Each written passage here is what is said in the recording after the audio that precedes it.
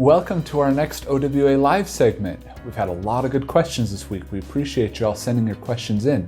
Today's question, how do I arrange my finances while living abroad?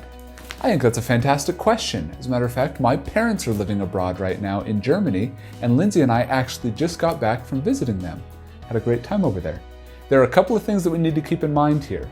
I'm going to try and answer this question as efficiently as possible. If you work for a private entity, this may be a little bit different, as opposed to working for some kind of civil service or something like that where you're hired as a contractor with the US government.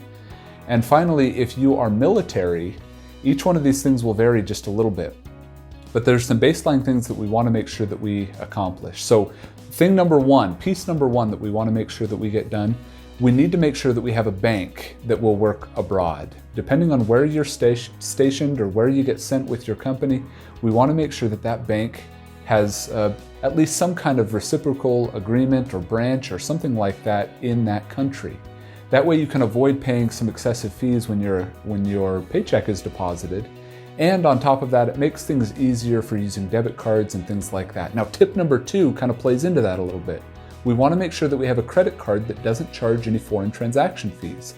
When you're looking at your next credit card, make sure to see if there are any foreign transaction fees that are charged, especially if you're planning on living overseas for an extended period of time. Usually, some companies will allow you to waive those fees on short trips if you're gone for a week, maybe a month, maybe 6 months at the most.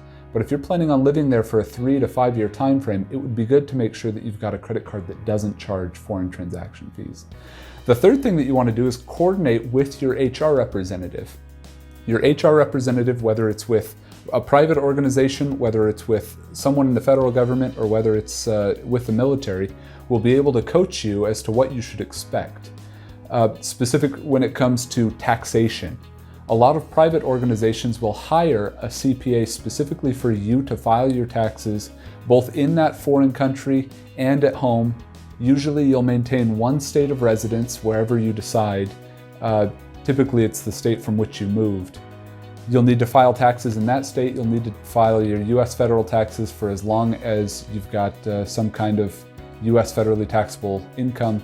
And you may need to file taxes in the country in which you live. All of these things kind of need to play together. What I would definitely suggest is sit down with a budget, write down specifically some of those expenses. Some things aren't going to change. You're always going to have to pay insurance. You're always going to have to pay rent. You'll need money for groceries and for food. You'll need money for transportation or a car.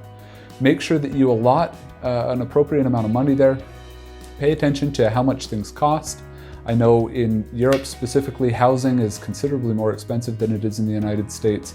And most individuals that move over don't ever decide to buy a house, but rather just rent from some other organization. So ask around, ask some other employees, ask your HR representative, and then start doing some of the legwork before you go over to make sure that your bank and your credit card aren't going to hit you with any kind of international transaction fees or anything like that.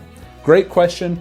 Look forward to continuing some other questions. We have some upcoming about reverse mortgages. We had a few questions about options trading. A lot of questions about Medicare. I'm guessing that was a follow-up from our most recent segment with Nicole. She'll be answering some questions about Medicare and health insurance in general. So keep bringing those questions in. Be sure to click like and subscribe down below so that you can get the updates for every video that we do. And we'll look forward to answering your questions next week.